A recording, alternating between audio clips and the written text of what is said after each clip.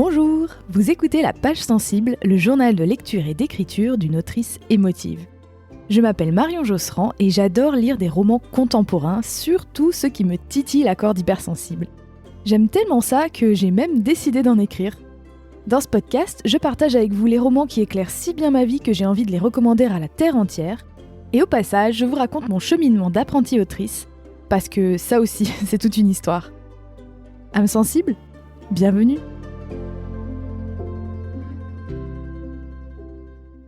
Salut, c'est Marion. Aujourd'hui, côté lecture, on parle d'un très beau roman américain que je viens juste de finir, littéralement hier soir. Un récit à la fois naturaliste et poétique qui s'appelle « Là où chantent les écrevisses » de Delia Owens. Comme je vous le disais, je viens juste de le terminer, mais j'avais déjà très envie de vous en parler. Je me suis dit pourquoi attendre ?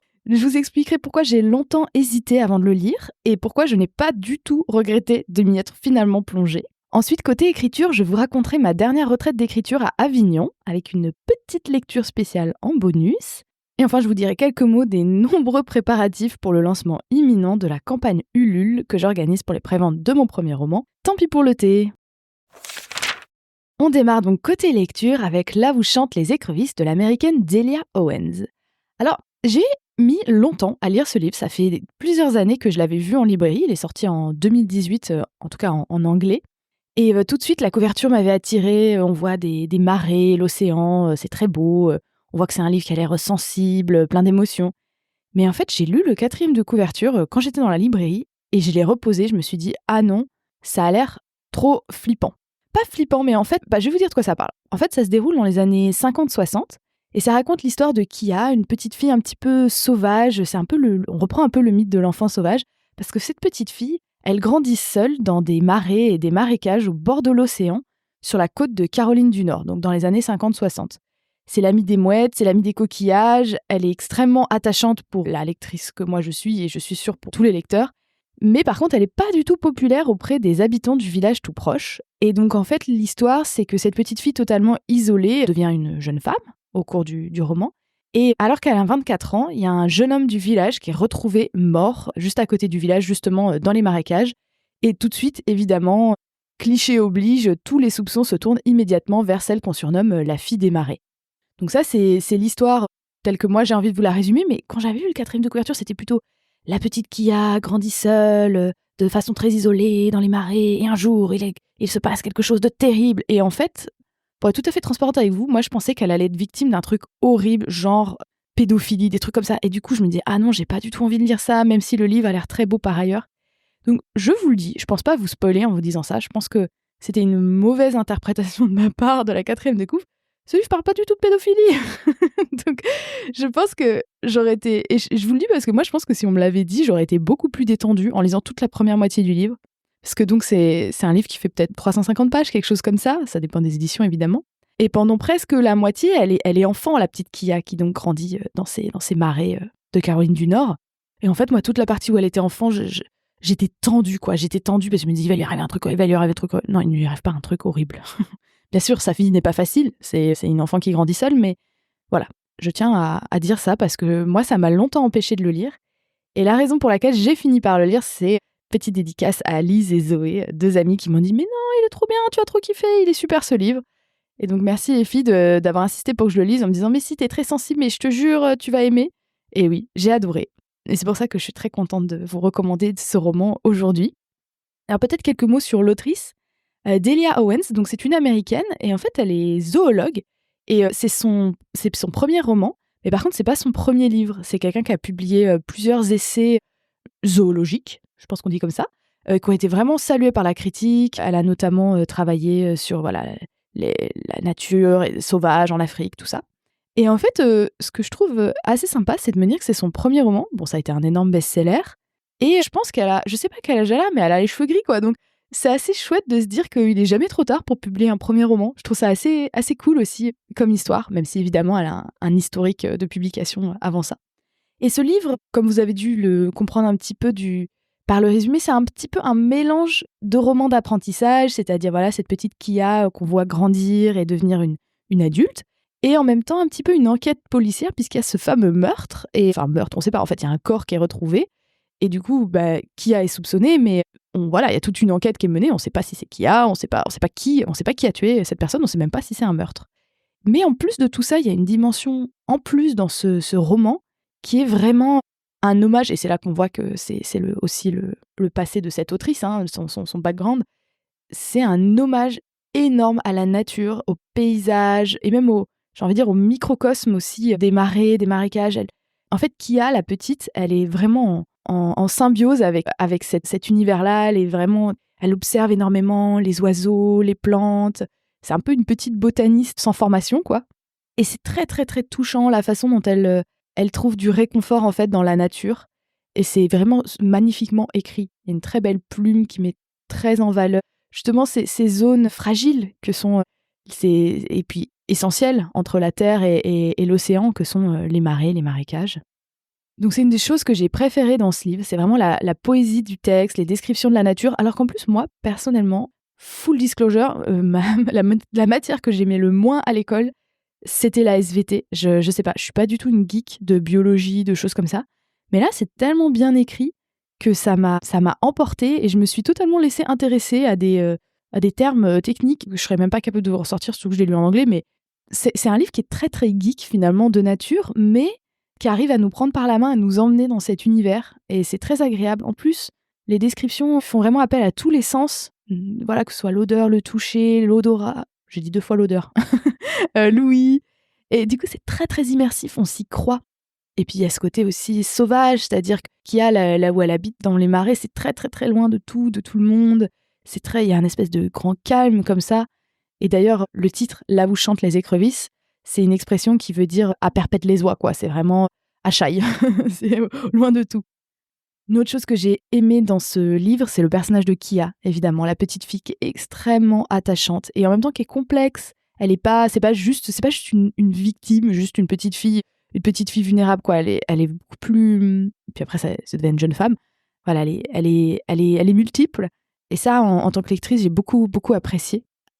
Il y a toute la vie du petit village aussi, qui est à quelques kilomètres de là où elle habite, qui est aussi très intéressante avec tous les personnages secondaires, les dynamiques, les pêcheurs, la dame qui tient le Piggly Wiggly, c'est trop drôle comme nom, la petite épicerie. Il y a le diner où ils mangent de la nourriture typique du sud des États-Unis. Oh là là, ça fait que parler de bouffe dans ce livre d'ailleurs. C'est drôle parce que la petite Kia, bon, elle a souvent faim, malheureusement pour elle, mais ça parle de bouffe tout le temps. Ils mangent du po-boy, du cruau de maïs. Ça donne, franchement, paradoxalement, c'est un livre qui donne très faim. Et donc voilà, c'est un livre qui est aussi imprégné de la nature, des paysages du sud des États-Unis, mais aussi de la culture. Donc c'est vraiment très intéressant.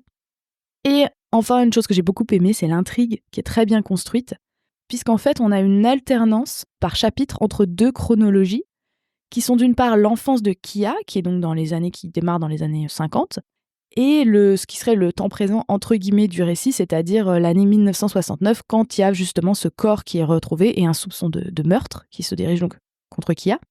Et donc en fait, on alterne le présent entre guillemets de 1969 et l'enfance de Kia, et en fait petit à petit, les 2 chronologies se rejoignent jusqu'à ce qu'on ait justement la clé des différentes lignes narratives et que tout se rejoigne. C'est vraiment bien construit, et en plus, il y a du suspense jusqu'au bout. Et un énorme retournement à la fin, je vous en dis pas plus, mais voilà, la fin est très intéressante. Vraiment, ouais, bonne construction. Donc c'est un livre qui est à la fois très poétique et en même temps qui se binge un peu parce que il y a du suspense. En tout cas, donc moi, comme je vous le dis, je viens juste de le finir. Et j'ai vu qu'en fait, j'avais vaguement entendu parler du fait qu'il y avait eu un film, donc j'ai regardé. Effectivement, le livre est sorti en 2018, mais il y a un film qui a été fait en 2022. Et je sais pas pourquoi, je suis passée complètement à côté. Et j'ai très très très envie de le voir, du coup, forcément, surtout que l'actrice principale qui joue le rôle de Kia, c'est Daisy Edgar Jones. Je sais pas si ce nom vous parlera, mais c'est elle qui joue le rôle principal dans la série Normal People, qui est donc une de mes séries préférées du monde entier. Donc ça m'a donné très envie de le voir. En plus, il y a un autre acteur qui s'appelle Harris Dickinson, que j'adore. Donc voilà, trop envie de voir le film. Sans plus attendre, passons côté écriture. J'ai choisi de ne pas vous lire d'extrait de Là où chantent les écrevisses aujourd'hui pour 2 raisons. La première, c'est que je l'ai en anglais et que no thank you. Et la deuxième, c'est que j'ai envie de vous parler de ma retraite d'écriture du mois dernier à Avignon. Et à cette occasion, je vais justement vous faire une petite lecture si vous le voulez bien. Donc, pour vous replacer le contexte, comme vous le savez peut-être, en tout cas si vous suivez le podcast régulièrement, j'ai 2 romans à mon actif. Il y en a un qui est totalement terminé et qui va sortir là littéralement le mois prochain en prévente sur Ulule, donc ça c'est tant pis pour le thé.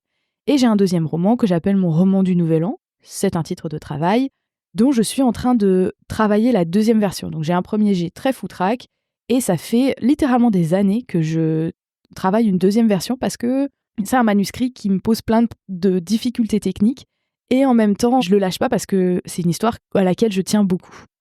Et donc la façon que j'ai trouvé de continuer à travailler sur ce roman, malgré le fait que je suis très occupée avec la publication du premier, les ateliers d'écriture, tout ça, le podcast, c'est qu'en fait, cette année en tout cas, sur 2024-2025, je me suis calée régulièrement des petites retraites d'écriture, soit toute seule, soit avec des copines, pour aller ailleurs, pas chez moi, et ne rien faire d'autre que réécrire ces manuscrits. Et là, j'en suis à peu près aux 2/3, 3/4 de la réécriture, donc c'est quand même, ça a fonctionné par petits sauts de puce de 2, 3, 4, des fois 5 jours. J'arrive à avancer sur ce manuscrit. Et donc j'ai fait ça, c'était mi-février, je me suis pris un petit Airbnb toute seule à Avignon. J'ai eu beaucoup de chance, je m'y suis prise à l'avance, donc j'avais vraiment un petit appart très très sympa en plein dans la vieille ville, dans les murs de la vieille ville d'Avignon. Et je ne connaissais pas Avignon, enfin j'étais passée une fois quand j'étais petite, mais je m'en souvenais pas. Et c'était vraiment tellement agréable. Je suis partie le mercredi après le boulot, donc je suis arrivée là-bas le mercredi soir et je suis restée jusqu'au dimanche soir, donc j'avais 4 jours à peu près complets sur place. Vraiment, j'ai fait rien d'autre que d'écrire et de me balader dans la vieille ville et manger. Et en fait, quand je suis partie, c'était un moment où j'étais très stressée, très fatiguée. J'ai failli annuler même. Je me suis dit, je vais jamais réussir à me plonger dans l'écriture. Là, j'ai trop la tête prise par d'autres trucs. Et en fait, non, ça marche bien, en fait, de partir. Ça m'a fait un bien fou. Je suis revenue très, très ressourcée de ces quelques jours. Et en plus, Avignon, c'est très beau. C'était la fin de l'hiver, même le milieu de l'hiver, hein, à Grenoble. Mais là-bas, il faisait beau, il faisait froid, mais il y avait du soleil, il y avait un ciel très bleu. Et en plus, j'avais un petit balcon dans mon Airbnb qui était bien ensoleillé, donc je pouvais manger au soleil. Il était abrité du vent, donc j'étais bien. Et ouais, c'était trop, trop, trop chouette. Et en fait, quand j'étais là-bas, moi j'ai un journal, je tiens un journal, peut-être pas quotidiennement, mais on va dire plusieurs fois par semaine, j'écris dans mon journal. Et en général, j'écris vraiment tout ce qui me passe par la tête. Et là, je me suis dit que ça pouvait être rigolo, si ça vous tente, de vous lire quelques extraits de mon journal sur place. Alors évidemment, c'est juste des petits bouts, parce que j'écris des choses aussi très personnelles. Mais l'idée, c'est de pouvoir vous embarquer un petit peu avec moi dans cette retraite d'écriture. Jeudi 13 février, cuisine de l'appart à Avignon, 9h30.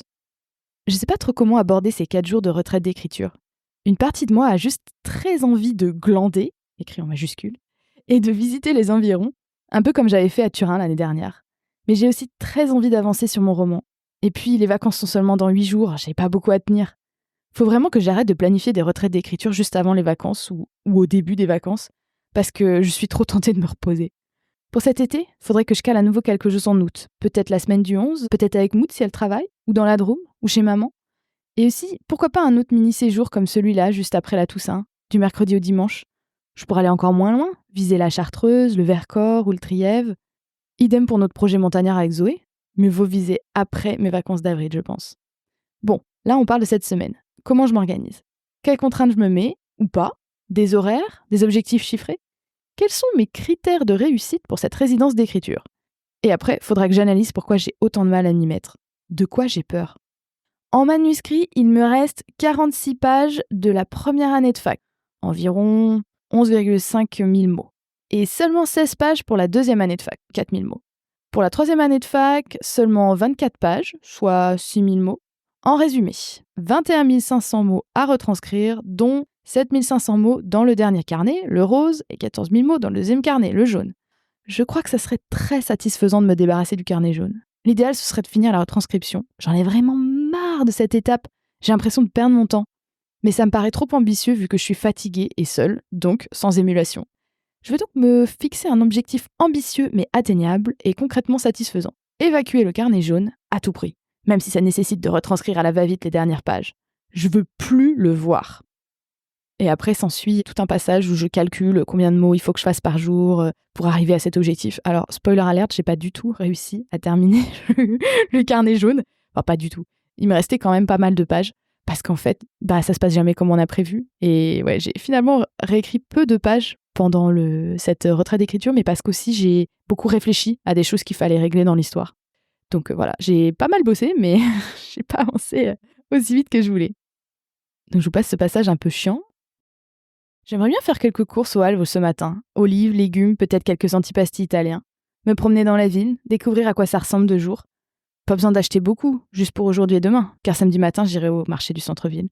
Pour tout ça, combien de temps il me faut 1h30, 2h? Faudrait que je rentre max pour 12h30, ou alors je grignote un truc pour tenir. Bon, disons que partir à 10h30 serait idéal, et 11h, dernier carat. Si j'ai pas le temps de me balader, pas grave, je ferai une pause en fin d'après-midi. Donc voilà, En fait, mon carnet me sert souvent à ça, à faire un peu toute la logistique de la journée. Plus tard le même jour, 22h10 dans un des fauteuils du Airbnb. J'ai l'impression d'avoir vachement bossé ces 2 derniers jours, car mercredi j'avais seulement de l'énergie pour faire le voyage, au sens où j'y ai mis beaucoup d'efforts et j'ai passé des plombes sagement assise au bureau, mais je me sens hyper frustrée d'avancer aussi lentement.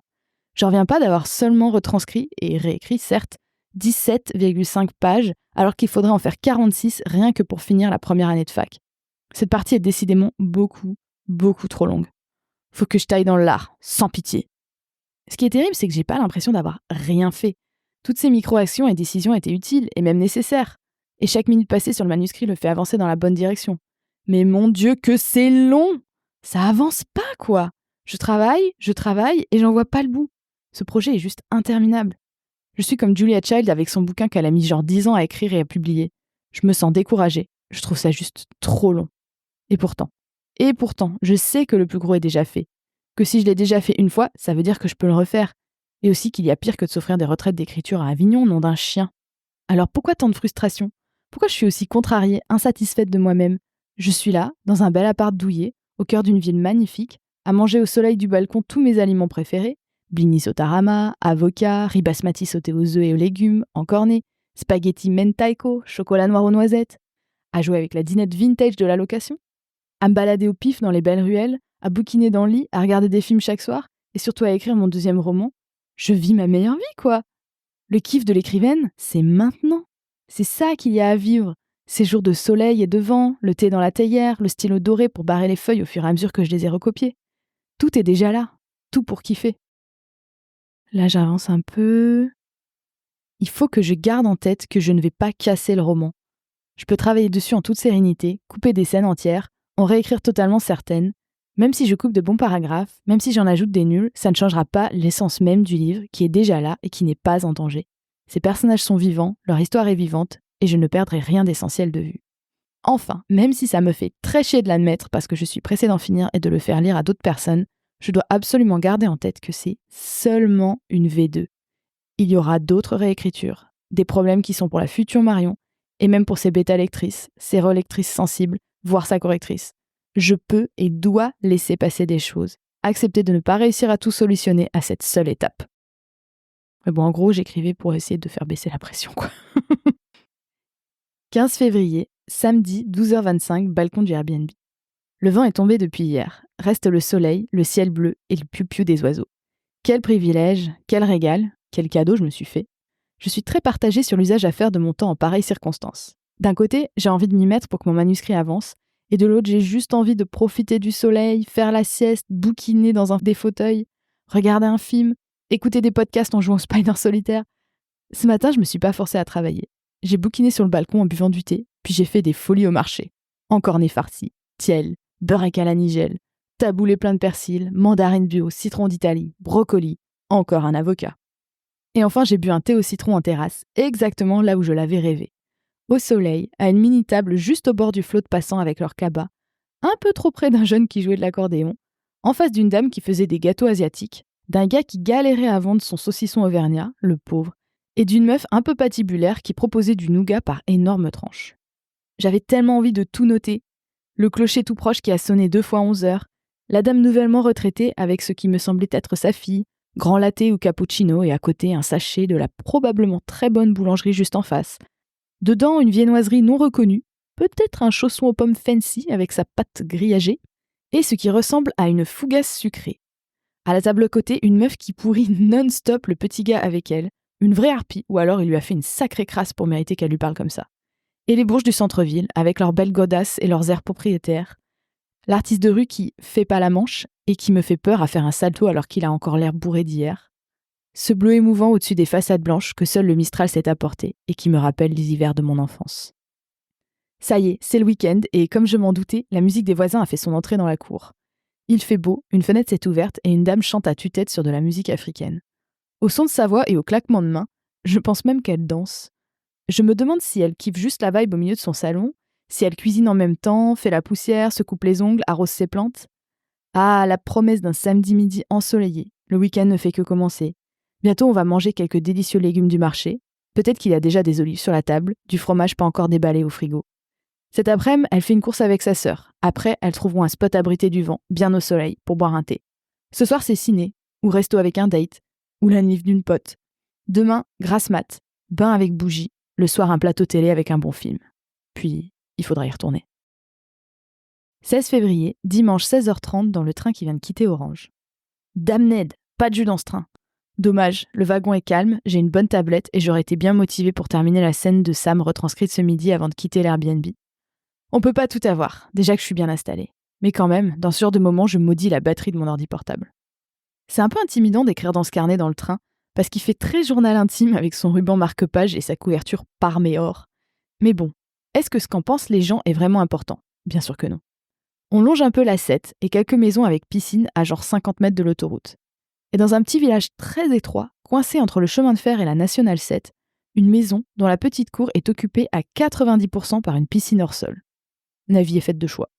Ah, pardon, je me disais aussi que ça faisait pas beaucoup de voix, c'est la D907, je viens de voir un panneau. J'ai vraiment kiffé cette retraite d'écriture à Avignon.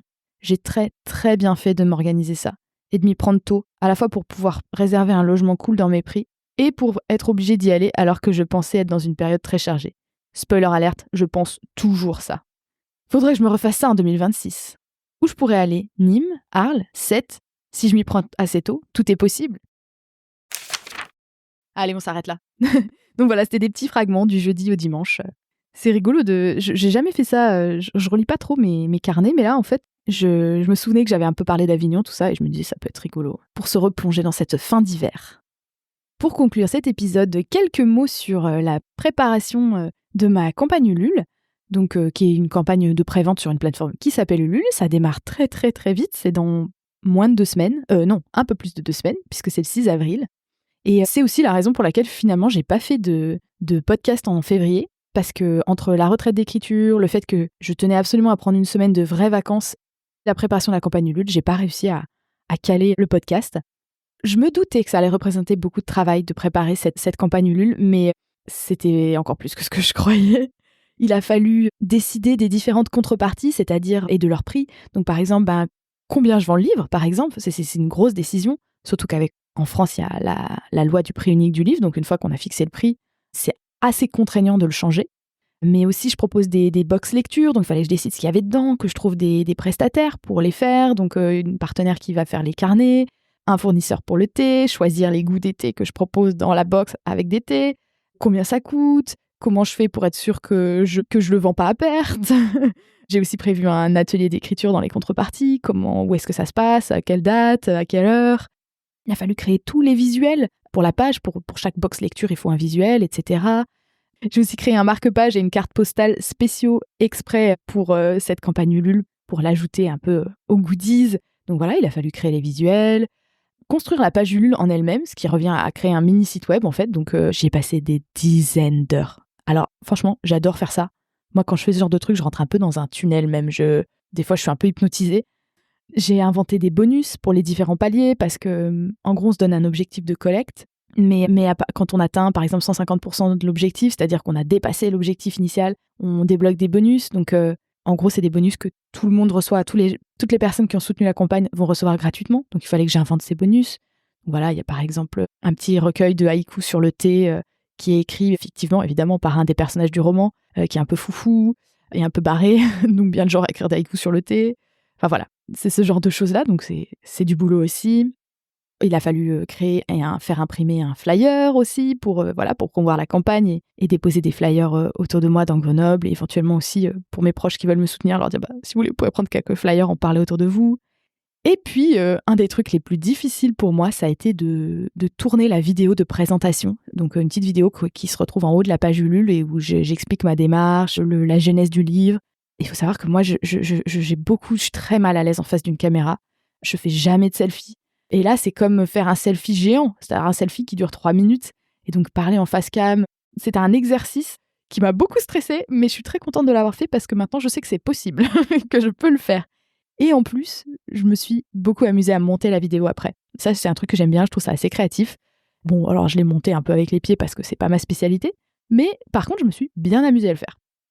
Et en fait, une fois que cette étape a été faite, que j'ai envoyé la page en validation, parce qu'en fait, ce qui est sympa avec la plateforme Ulule, c'est qu'il y a une équipe derrière qui accompagne les porteurs de projets. Donc, en l'occurrence, moi, je suis une porteuse de projet. Et c'est trop bien parce que du coup, on leur envoie notre page pour qu'ils nous fassent des retours dessus. Donc, et le jour où j'ai envoyé ma page en validation, comme ils disent, oh là là, mais qu'est-ce que j'étais contente. J'avais une espèce de satisfaction d'une grosse étape de passer. Et ça m'a permis d'être beaucoup moins stressée et d'avoir beaucoup plus hâte que ça commence. Parce qu'en fait, finalement, jusqu'à ce que je finisse la page, j'avais un petit doute sur est-ce que j'allais arriver à la faire. Est-ce que j'allais arriver à prendre toutes ces micro-décisions qu'il faut prendre sur les prix, sur les intitulés des box et tous les micro-détails.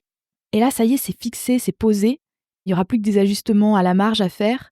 Et je me rends compte que ça me libère énormément d'espace mental. Et justement, je vous disais juste avant, en parlant de ma retraite d'écriture, que j'étais très frustrée parce que j'avais pas fini de retranscrire certains chapitres que j'avais vraiment l'intention de faire pendant ma retraite d'écriture. Dès que j'ai envoyé ma page Ulule en validation, tout d'un coup, j'ai eu une envie folle d'écrire.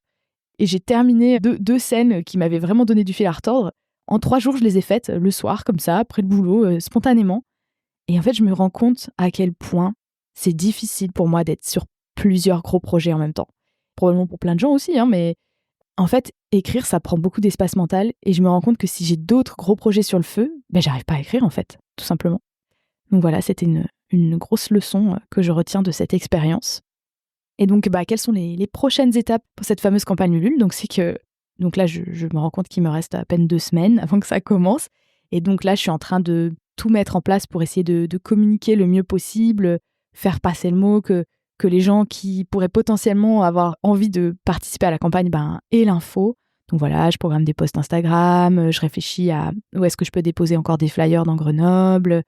J'ai programmé une petite newsletter, évidemment, pour tenir au courant les personnes qui sont abonnées à la newsletter.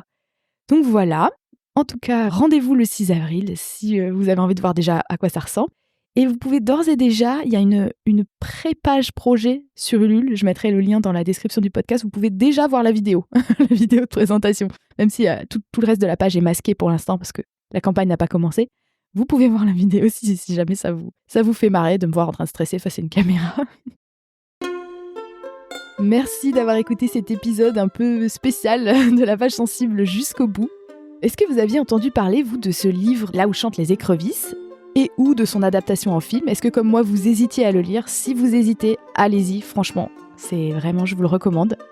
En tout cas, si le podcast vous a donné envie de réagir, de me donner votre propre avis sur ce livre, de me parler du film, vous pouvez bien sûr m'écrire sur Instagram, @lapagsensible tout attaché, ou bien en commentaire sur le blog du podcast.